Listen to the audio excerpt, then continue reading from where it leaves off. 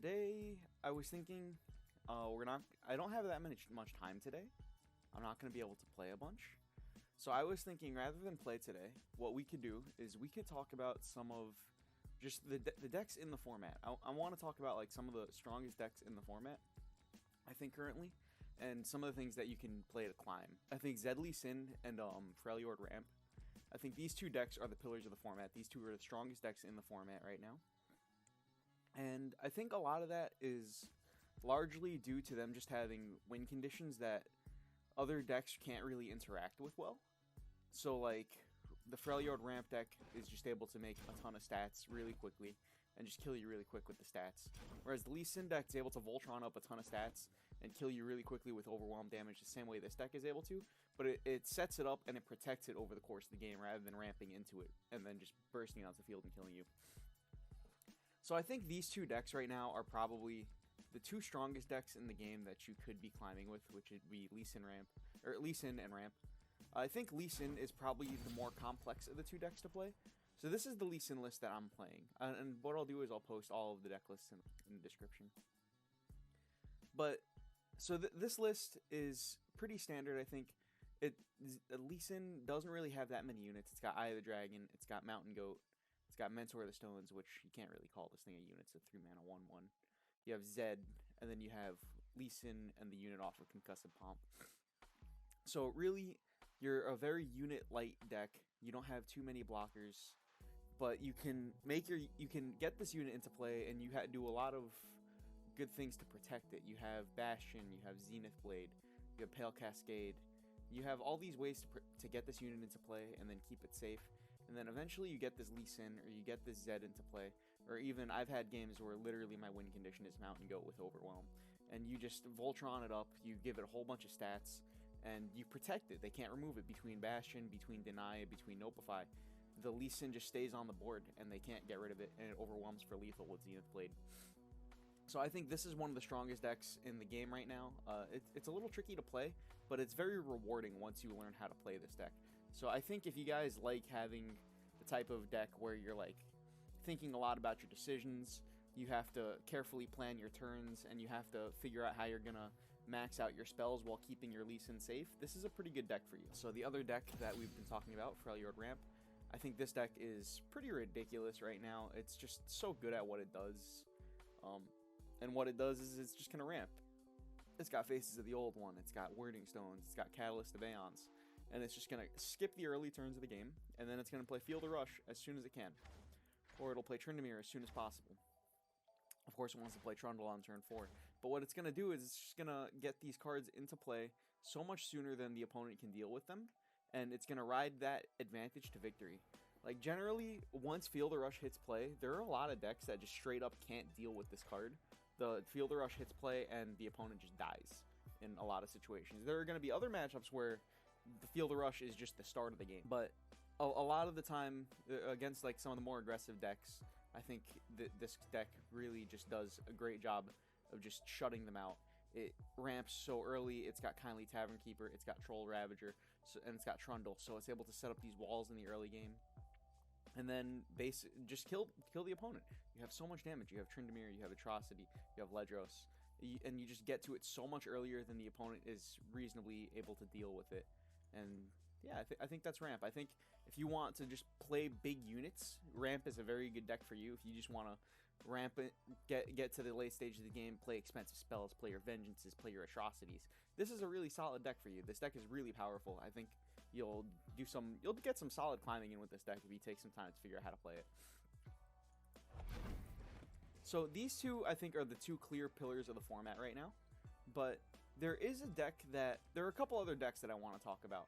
And one deck that I specifically want to talk about that I've kind of discovered over the past couple days, which I'm calling Back Alley Poker. This deck its win condition is Go Hard. It's like a tempo control deck that wins with Go Hard.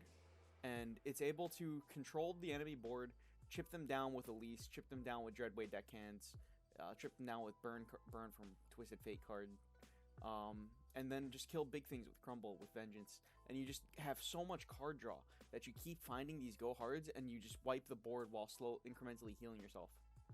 Like half the deck draws, right? You have Pool Shark, you have Fortune Croaker, you have Glimpse Beyond, you have Salvage, you have Twisted Fate, you have Zap.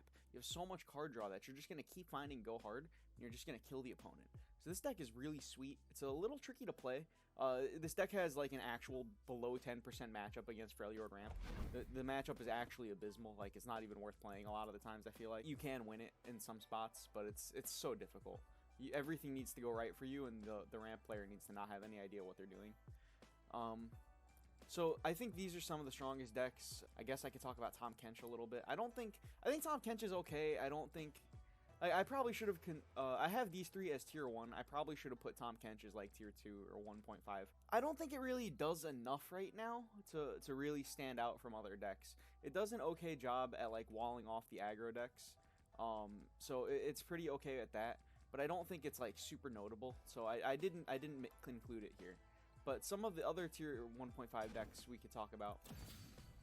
I think Scouts is probably one of the stronger decks you could be playing. Especially when it comes to just laddering. Scouts is the type of deck that plays its game very quickly. So it'll be able to get a lot of games in. This deck is a little greedy. I'm playing 9 Bilgewater cards. I'm playing Vanguard Bannerman. So it is a little greedy. Maybe you can cut like a Fortune Croaker. You can cut a Jagged Butcher for something. But if you want to increase your allegiance odds.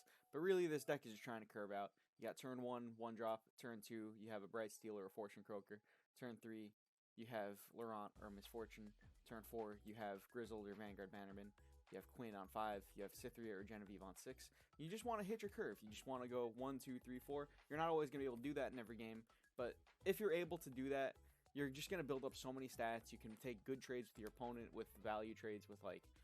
with Fleet Feather Tracker, with Sharp Sight, with your Laurent Protege. You just get these kind of value trades, and you just outstat your opponent, and you kill them before they can reasonably deal with all the stats that you put on the board. This deck has been the type of deck that's come and gone in the format a lot, and I think right now Scouts is a pretty solid deck that you could be playing. So I think you could definitely go places. And the thing about this deck is it plays its game so quickly. The games are over by like turn 6, turn 7, turn 8 a lot of the time. And it's just very good for climbing, I think. So, like, it does okay. It'll... Oh, you know what I actually didn't put in here? Hold on. I would, yeah, I just like, kind of put this list together real quick. I didn't put Rangers in here. Let's do something like this, I think is how you would want to do it. This gets you the better allegiance odds, too, because we're down to 8. Yeah, you have Rangers Resolve to get really cheap, efficient swings on the opponent. And I think you could definitely do some solid things with this deck. If you like playing like more zoo aggressive on the board beatdown style decks, the Scouts is a good deck for you. You should definitely check it out. And then the last deck that I want to talk about today, we could talk about Discard Aggro. Discard Aggro is pretty dope. This has been a deck that I've played a lot in the past. Right now, I'm not really playing it too much. I'm really enjoying the Back Alley Poker deck. But this deck is just pretty solid. It's got a lot of card draw. It's got Rummage. It's got Zonite Urchin. It's got Jinx. It's got Augmented. Like it's able to get through its deck very quickly. And yeah, it still has incredible amounts of reach. It's got Boom. I play Boom Crew Rookies. You could play Mystic Shots instead of Boom Crew Rookies. But you have Boom Crew to push a little bit of damage. Draven is just such a hard unit to block a lot of the time. They have to throw something away out to block him every turn. Otherwise, he's getting in that 3 damage. Get Excited provides you incredible reach. You have some turns where you just build a board and you just blow it up with visions. Crowd Favorite can push incredible damage.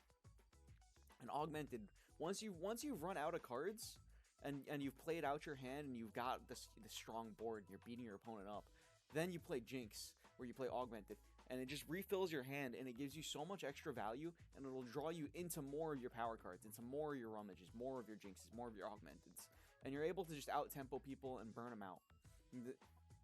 This deck, I think, is probably the premier burn deck of the format right now. I don't think there's any better burn deck that you could be playing. So if you like playing mono red burn, this is definitely the type of deck I would say check it out. This deck is really solid. And I think these 5 decks, Soraka, Kench, we talked about a little bit. I don't have a Kench deck built, but I guess you can add Kench on that list, but I don't think Kench is great. I think those are some of the strongest decks that you could be playing. I would recommend these tier 1 decks, of course. Tier 1 is where you want to be, but if you're looking for faster games, Scouts and Burn Aggro are both very good at doing that. And that's going to be it for this video, guys. If you did enjoy, if you felt you learned something here, please consider giving me a follow, hit that like button, all that stuff. And I do stream, so maybe check me out. I might be live right now. Who knows? You can find me on Twitch TV at Szerro. So, yeah. Thank you for watching, and I'll see you guys soon. Bye.